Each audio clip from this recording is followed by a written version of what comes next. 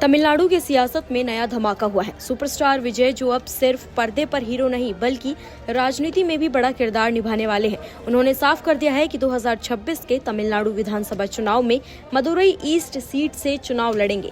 मदुरई जिले के परापति में हजारों समर्थकों की भीड़ के सामने विजय ने ऐलान किया उनकी पार्टी तमिलगा वित्रे कजगम यानी कि टीवी के किसी भी कीमत पर डीएमके और बीजेपी के साथ गठबंधन नहीं करेगी।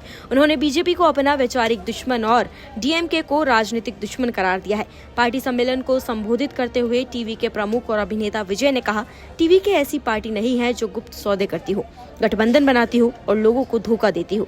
हम किसी से नहीं डरते। तमिलनाडु के लोग, महिलाएं और युवा हमारे साथ खड़े हैं। उन्होंने रैली में कहा कि डीएमके का भाजपा के साथ गुप्त गठबंधन है, लेकिन वो ऐसा नाटक करती है मानो वो भाजपा का विरोध कर रही हो। विजय का अंदाज बिल्कुल फिल्मी रहा। विजय ने अपने भाषण में शेर की उपमा का उपयोग करते हुए कहा, शेर हमेशा शेर होता है। शेर भीड़ में रहना जानता है और अकेले रहना भी जानता है। वो अनोखा रहता है। शेर सिर्फ शिकार करने निकलता है, मनोरंजन के लिए नहीं। वो हमेशा जीवित शिकार ही करता है।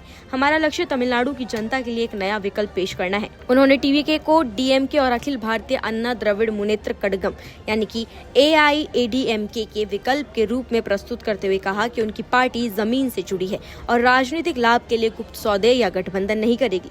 मदुरई में आयोजित इस सम्मेलन में टीवीके ने अपनी ताकत का जबरदस्त प्रदर्शन किया। हजारों कार्यकर्ता और प्रशंसक राज्य के विभिन्न हिस्सों से परापति पहुंचे, जहां विशाल मंच पर डीएमके के संस्थापक सीएन अन्नादुराई और एआईएडीएमके के संस्थापक एमजी रामचंद्रन के साथ विजय की कटआउट लगाए गए थे। मंच पर इतिहास दोहराया जाएगा और 1967 और 1977 के वर्षों का उल्लेख था, जब डीएमके और एआईएडीएमके ने क्रमशः सत्ता हासिल की थी। विजय ने अपने 35 मिनट के भाषण में डीएमके सरकार और मुख्यमंत्री एमके स्टालिन पर तीखा हमला बोला। उन्होंने डीएमके पर भ्रष्टाचार, वंशवाद और जन विरोधी नीतियों का आरोप लगाया। उन्होंने कहा, स्टालिन अंकल, केवल नाम में बहादुरी होना काफी नहीं है, काम में भी दिखाना होगा। विजय ने डीएमके सरकार पर निशाना साधते हुए कहा कि उसने महिलाओं, सरकारी कर्मचारियों और आम जनता के साथ किए गए चुनावी वादों को पूरा नहीं किया है।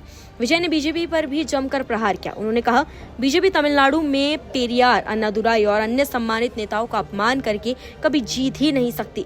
ये धर्मनिरपेक्ष भूमि है और बीजेपी की विभाजनकारी नीतियां यहाँ कामयाब नहीं होगी। उन्होंने केंद्र सरकार पर तमिलनाडु के मछुआरों की अनदेखी और नीट जैसे मुद्दों पर गलत रवैया अपनाने का आरोप लगाया।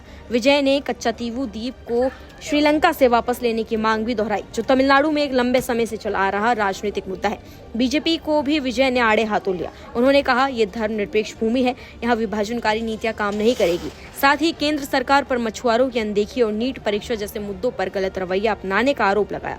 विजय ने यहाँ तक कहा कि कच्चातीवू द्वीप को श्रीलंका से वापस लिया जाना चाहिए। सबसे बड़ा ऐलान, विजय ने कहा कि टीवीके 2026 के चुनाव में सभी 234 सीटों पर उम्मीदवार उतारेगी। यानी अब मुकाबला सिर्फ डीएमके और एआईएडीएमके के बीच नहीं, बल्कि सुपरस्टार विजय की पार्टी भी मैदान में पूरी ताकत से उतरेगी। टीवीके पहले से ही विजय को 2026 के लिए अपना मुख्यमंत्री पद का उम्मीदवार घोषित कर चुकी है। विजय सितंबर से दिसंबर तक पूरे राज्य का दौरा करेंगे और 2 करोड़ नए सदस्य जोड़ने का लक्ष्य रखा गया है।